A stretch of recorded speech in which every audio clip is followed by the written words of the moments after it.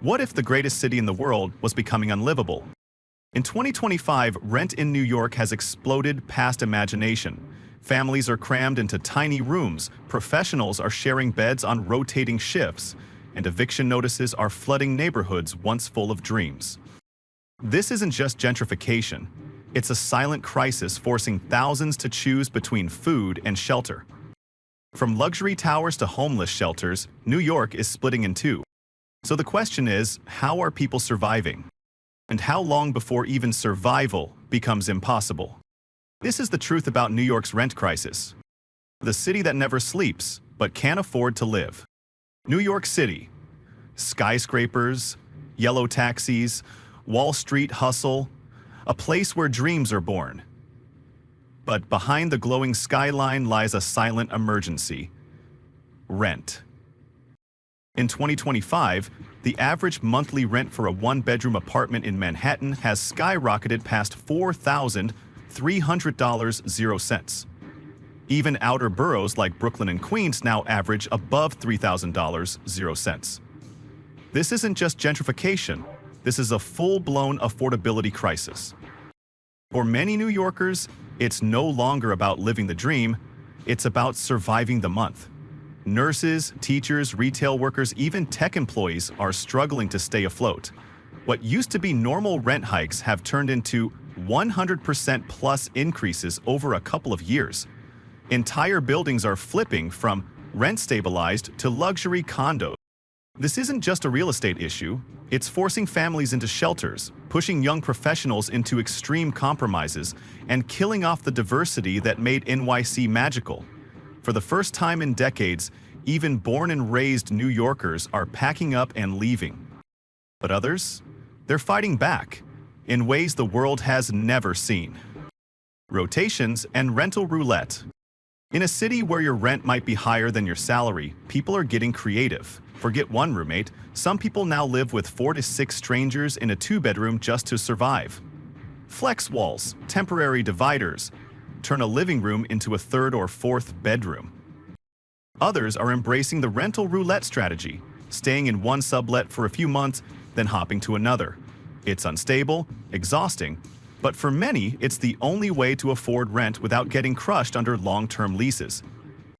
Some young professionals rotate shifts on a bed.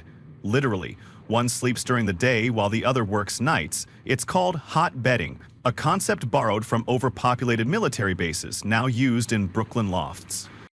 Then there's the Craigslist hustle, strangers banding together in emergency Facebook groups, searching hour by hour for last-minute deals before the rent resets again.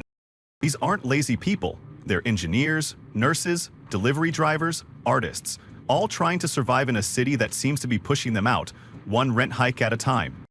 But the crisis isn't just changing how people live, it's changing who can live in New York. From land of dreams to land of evictions. Every month, more than 20,000 New Yorkers face eviction notices. That's not a typo. And it's not just the unemployed. Many of them have jobs, some even have multiple jobs, yet still can't keep up with soaring rents.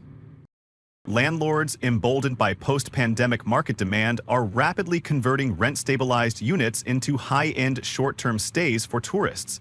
Entire buildings once filled with working-class families are now ghost towers. Airbnb units for visitors who will never understand the stories these walls once held. Eviction courts are overflowing. Legal aid lines stretch blocks. Families are being moved into emergency shelters, living out of suitcases in hotels turned into housing facilities. And the worst part? It's not just the poorest suffering anymore. Even middle-income earners are one rent hike away from being homeless. This isn't just a housing crisis, it's a human crisis. It's the slow death of community, the erasure of culture, and for many, it feels like the American dream in reverse. Yet, in true New York spirit, people aren't giving up. They're protesting, organizing, and some are taking the fight straight to City Hall. Resistance rising, how New Yorkers are fighting back. When survival becomes struggle, New Yorkers rise. Tenant unions are growing at record rates. From Harlem to the Bronx, residents are organizing rent strikes, refusing to pay until landlords address unsafe conditions or halt impossible hikes. In Bushwick, an entire block of tenants coordinated a blackout, cutting power to draw attention to predatory leasing. Digital activism is booming too.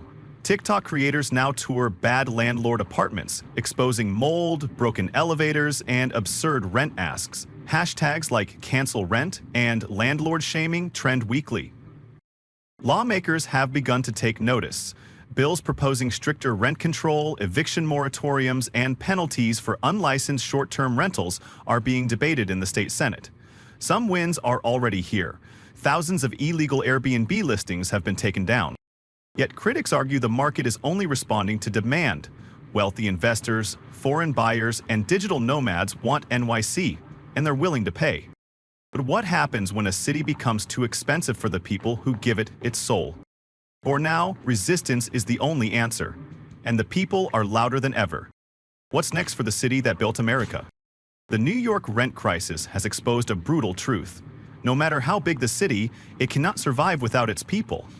The subway drivers, the teachers, the baristas, the paramedics, they are New York. If the city pushes them out, what's left? There's hope, but it requires real change. Urban planners are now exploring microhousing, community land trusts, and affordable co-ops. The next mayoral race is already seeing housing as the top issue, and grassroots campaigns are forcing corporate developers to answer tough questions. But time is running out. The city's character is on the line. Will it be a global playground for billionaires, or a place where everyday people can still find a home? Some say New York will always bounce back, that it survived 9/11, blackouts, hurricanes, and pandemics, but this time the threat is internal. It's economic, invisible, slow-moving, and deeply personal. The New York dream is being redefined, not in penthouses, but in protests, not on postcards, but in overcrowded kitchens, shared bathrooms, and broken leases. And yet, people still stay. Because if you can make it here, even now, maybe you really can make it anywhere.